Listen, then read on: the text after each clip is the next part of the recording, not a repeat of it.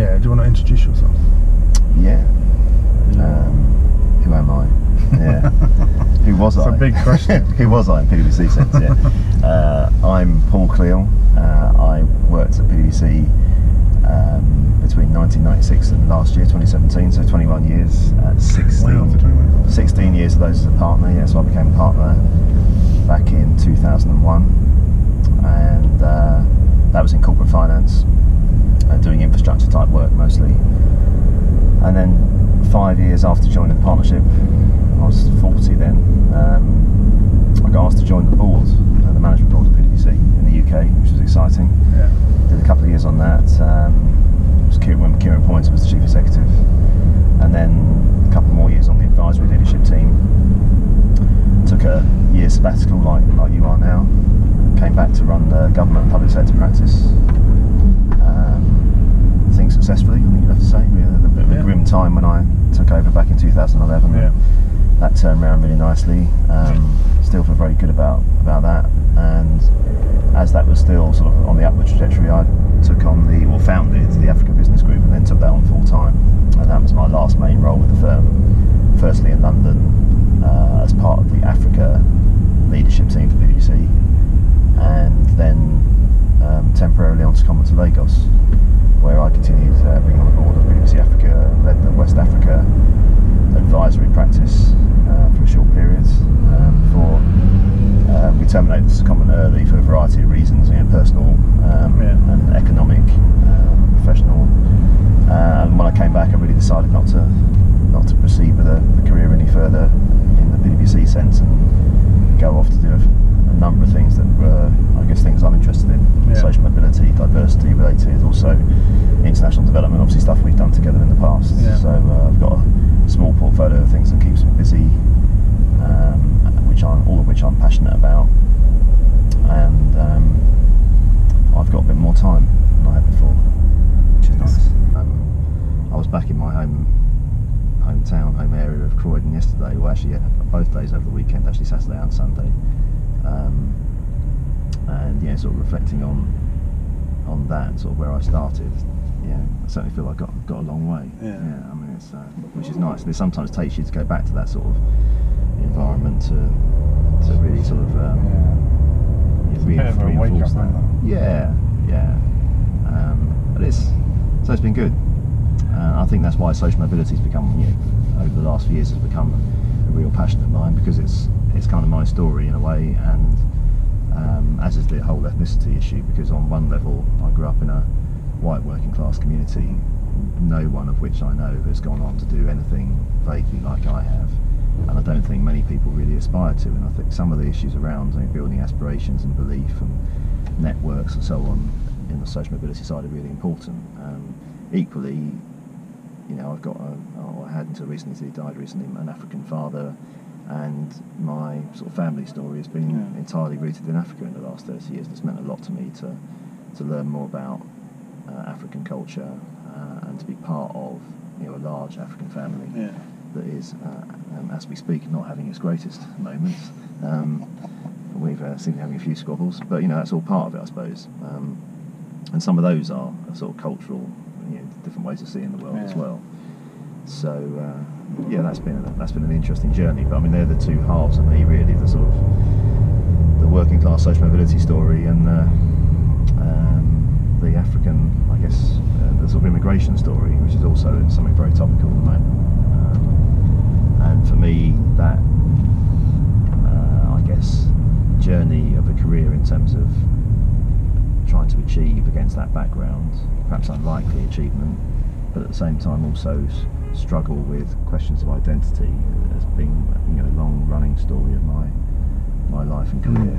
Because I think it's not easy for someone who's of mixed identity. It's not easy for someone who's the child of immigrants to reconcile some of those conflicts in their lives. When they sort of want to be part of the community they grew up in, but on the other hand, they're told often by strangers that they're not particularly welcome, and certainly not British, for example. So those sorts of issues that people from a mixed background, I mean that both in a genetic sense but also in a mixed cultural sense, face in this country are the things that really fascinate me, and I find in the mentoring I do, it's a recurring question for people, because you can't hide from it. You can't sort of hope that people don't notice your different colour, because that's been a big factor. And I think one of the things that I think increasingly in sort of middle class or elite circles, if you like, in the working world that we have inhabited for so many years, people think those issues that aren't around anymore, but they certainly still are. Have you got any? Can you kind of share some stories of your experience of that? In the working world? Yeah. Well, I think it's never been as. If you go back into the sort of beyond the working world, I mean, some of the personal things are often more stark, if you like, in the way that you can be treated differently through colour. So, I mean, I had some real difficulties with my now in-laws when Suzanne and I first got together. Sort of outright hostility, friends of theirs refusing to come to the pub if I was in there. The village policeman sitting next to me all night, going to the bar when I went to the bar, going to the toilet when I went to the toilet, just to make sure I was okay, that sort of thing, because there was a real risk of sort of physical attack, and that's quite a contrast now, because in that situation people are seeing me clearly as someone different, someone who is perhaps a threat of some kind, I don't know, and you're experiencing outright racism. Well, that doesn't happen typically in the working environment in places like PwC. But equally, then when someone, I've noticed particularly recently, the last few years, but just in the last few weeks, 2 or 3 conversations where old colleagues of mine have said to me, well, yeah, but I never really thought of you as black, and they clearly see something different to what the people in the pub in the northeast of England were seeing, and what people at football have seen on various occasions. So I think as you come to know people. How do you feel when someone says, "I didn't really see you as black"? Well, I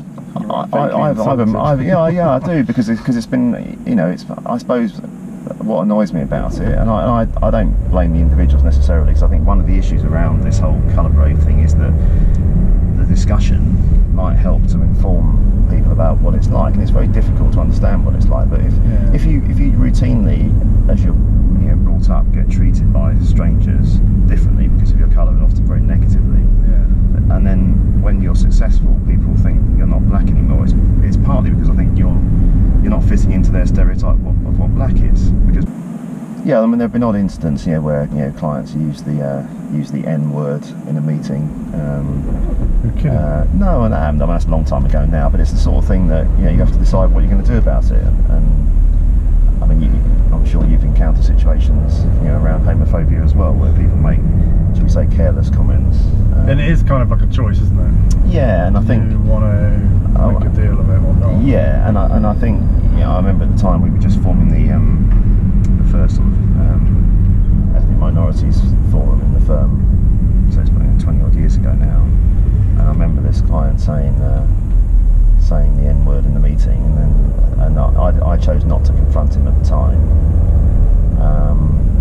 And some of the people when I talked about it to some of the more junior people in the ethnic minorities forum, some of them got quite upset about it and felt that I was letting them down by not confronting it. And I think one of the problems is that it's difficult to have the energy to confront every situation, because these things happen often enough that you're on the guard all the time.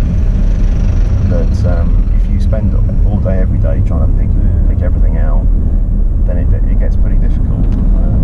It's not something other people have to worry about. So you have to pick your battles, really. It's one of the stereotypes that is very common, that white people often have of black people, is that we can be too aggressive. And of course, as soon as you decide to challenge anything, people find it quite intimidating. So some of these stereotypes are very, very deep-rooted, very old, and they do still linger and may govern people's perceptions. And you have to be quite careful. You have to be aware of those stereotypes, I think, and know that your best intentions may be interpreted in a different way because of them. It's one of the things that makes ethnicity different in terms of the diversity issue from gender is that you can proceed with two communities almost never overlapping. Yeah. So you can't with males and females, because they'll always be together in any kind of setting almost. You're going to get a mixture of males and females in people's homes, in their business. But you can live in an entirely separate community. And where I live, where you just picked me up from, near the Bricklayers Arms roundabout at the top of the Old Kent Road, if I go one direction from my flat heading north towards the river, up Bermondsey Street, I see almost only white people and middle class people and working in the elite and maybe the creative industries. If I go the other way and head south and then east and on the Old Kent Road, there are virtually no white British people around at all. There's lots of North Africans, lots of Sub-Saharan Africans. It's actually just that roundabout Latinos, there. and that's a barrier. It's an incredible barrier, and people don't feel like they are entitled to cross that boundary, and that will affect people's issues around whether they have aspirations to work somewhere. And some of the work experience that we've given to young black kids from Southwark who live within walking distance of the office, they've never thought that they were welcome to come in, but when they get in, they do see they see the security guards who perhaps look like them, and then maybe they meet me and some other colleagues on the days of the Africa Business Group, and they start to feel more comfortable. And after they've been there for a week or so, they see the world differently. Their confidence has improved, and it challenges their perhaps belief that they've got that belief they've had that perhaps they had no future in places like that. So those things are really important. I don't think a week's work experience for a middle class white student can have anywhere near the same transformational experience. It might help, but it's not. It's literally just work experience. Yeah, it's just work experience. This is a whole insight into society and the way the other half live. And for me, because of the transformation of the demographics in central London, the social mobility story now is increasingly tied up with ethnicity, because you only got to stand by the school gates and see what the kids look like to realise that social mobility in London is a largely ethnicity related issue in the future. It's interesting then, I've noticed that sometimes people are moving so fast that they don't really stop to listen and care. And it's not that they're bad people, they're almost moving too fast.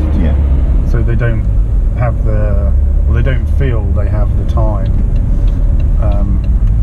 to stop and really listen with an intent to understand, as opposed to listen to quickly find triggers to solve problems. And I think you use the word care. I think that is fundamental.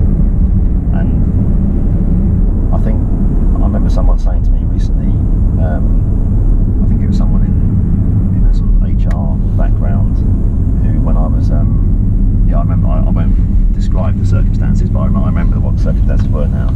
But they were surprised that I was batting on behalf of somebody, one of my team, even though I'd already left the firm. I was on sort of equivalent of gardening leave, if you like.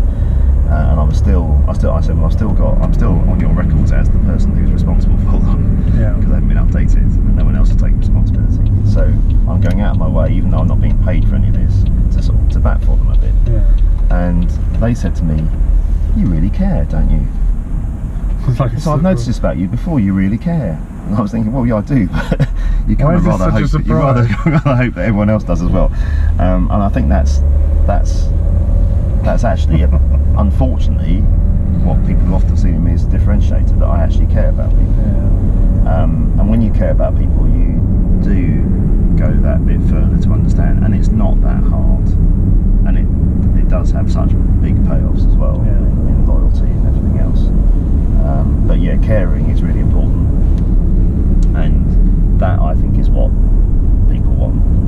And if people think you care about them, and if people think you're honest with them, they will forgive if you use the wrong language sometimes and stuff like that.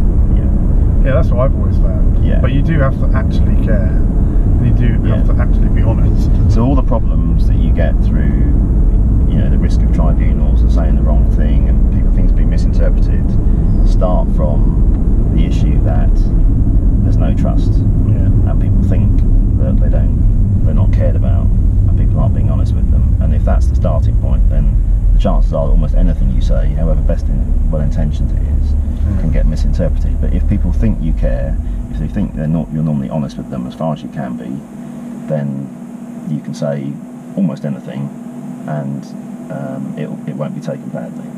Because, as I said earlier, you don't want to, if you're a minority especially, you don't want to be confronting every situation possible or seeing dragons everywhere, because it's just exhausting. Yeah. So I think if you believe people care about you, you see the world differently, you interpret what they say differently, and as a result, if senior people in the firm genuinely care about their teams, listen, hear where they're coming from, try to imagine what it's like to be in their situation, difficult though that is. If they're seen to be trying, they'll get credit for it, and people will interpret their behaviour differently and positively. But I think some of the best advice is the same advice regardless of whether you're male, female, gay, straight, able, disabled, whatever. And I think find good people to work for. Search out the people in the organisation who, on a day-to-day basis, it's the people you report to who make a difference. All the research about any employment says the same. Basically, if you've got a terrible line manager, then your chances are low. Now, in a place like PwC, where you've got more of a matrix structure, you've got the ability to work for 4 or 5 people at once, different levels, and I'd say try and push yourself towards the people who are the most positive in the sense of quality of experience of working for them in the technical sense, people who are good leaders and do the right thing, particularly those, and seek out those people, get more of them and then less of the other people, and those people will be marked out by their honesty, clarity, the fact that they care about you, the fact that they're good with clients. They should be fairly obvious, so I would gravitate towards those people and try to get to know them on a personal level. So again, build relationships. Being as a black person in a situation in a working environment, in order to be successful, you need to be really good at listening, really good at understanding where other people are coming from, understanding what's behind what people have said, not making too many assumptions.